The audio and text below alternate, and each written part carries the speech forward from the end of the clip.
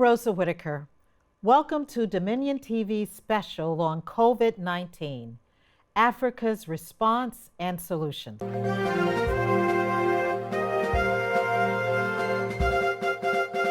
Joining us by Zoom is Dr. Paulo Gomes, co-chair of the AfroChampions Executive Committee and member of the Africa Union Private Sector Fund against COVID-19.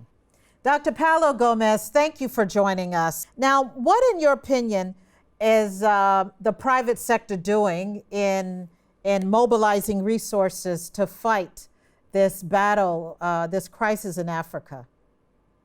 Thank you, Rosa. I think it's a challenging time for most of our countries. I think for the private sector in Africa, there was very many waves. You had the initial one, country by country, where the private sector immediately responded to the public sector request to join several funds, to small funds and small initiatives to contain the virus. And then gradually, we have managed also to join with the AU to work on this COVID fund, response fund, in order to mobilize resources, not only from the public sector, but also from the private sector. But I think country by country, there have been some effort.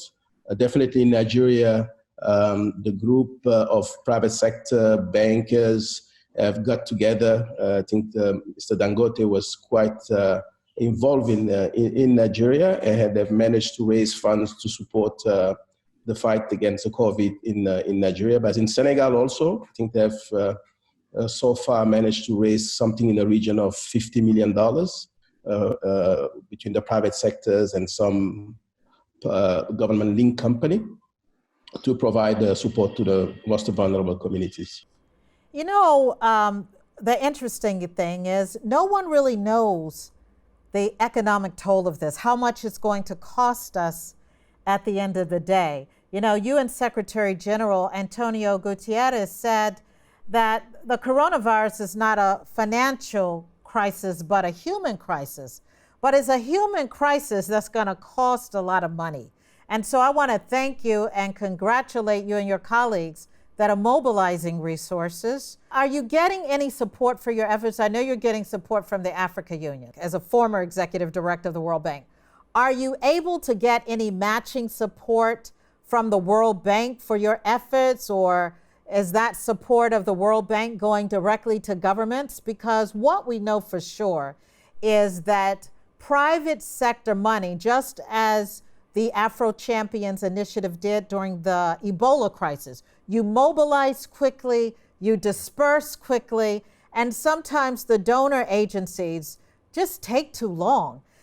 So how are you supported by the international community in your domestic mobilization efforts across Africa? You see, Rosa, the good news this time is that we have an African institution who will be dealing with all the issues related to health emergency and pandemic. You have the CDC, the Center for Disease Control, which is based in Addis Ababa, which is now the African entity, the vehicle to help us deal not only with this current pandemic, but we all know that we probably will have more pandemics.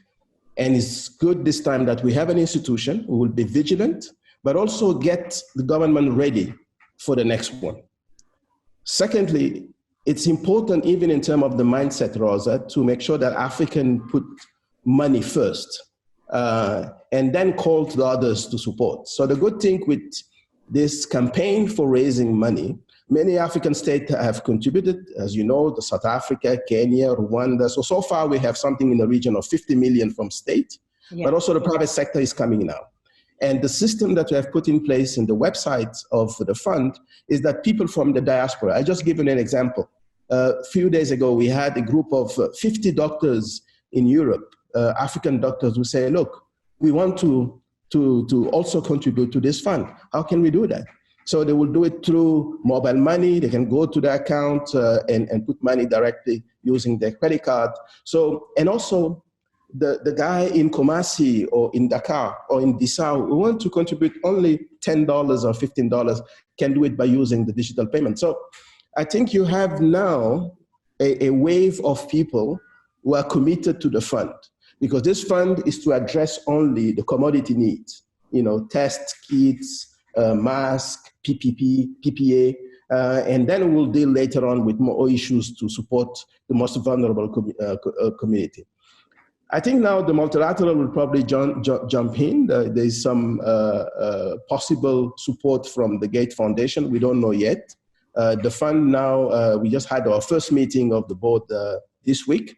And I think we will now go and try to raise more money in terms of philanthropic organizations, foundations, and others, in order not only to address the health issue, but also to strengthen the CDC. Because at the end of the day, we want to make sure that we have also some African researchers and professionals who will be also dealing with the issue of the vaccine for other pandemics. So we have a capacity also, an African capacity to deal with this, because I think this has been a wake-up call for all of us. In Africa, how much do you think you will need to adequately address this pandemic? I think we are targeting something in the region. The first set of mapping needs done by CDC in the region of 150 million.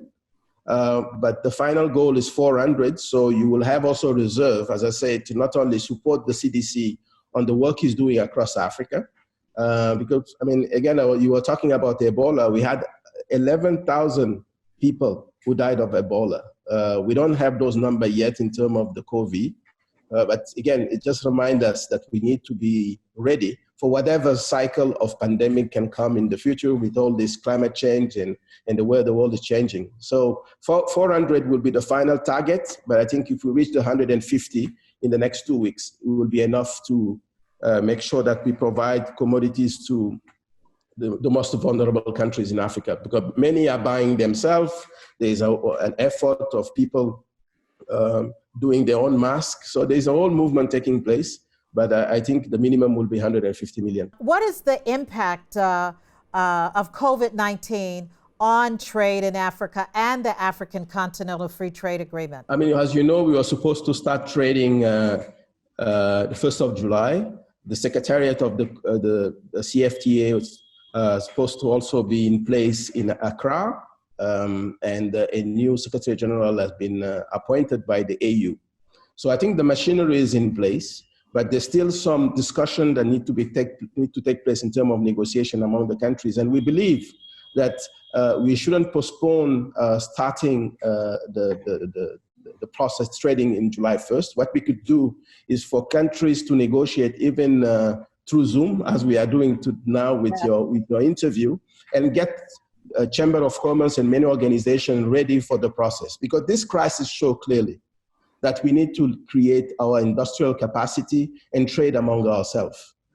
This is the most resilient tool that we have to also prepare for the next challenges, whether it's pandemic or climate change. So I think it's important for this crisis not to overshadow the need to go for the Continental Free Trade Agreement, because this will be the best caution and enable African countries to create jobs, to enable people to move and goods, and to be ready for whatever the cycle that can come in terms of crisis in the future.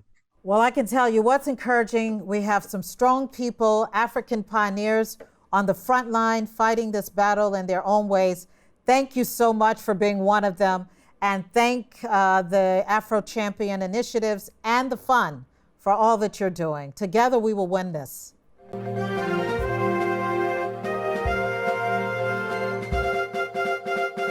We invite you to join the conversation. Tell us what you think on all our social media platforms at My Dominion TV.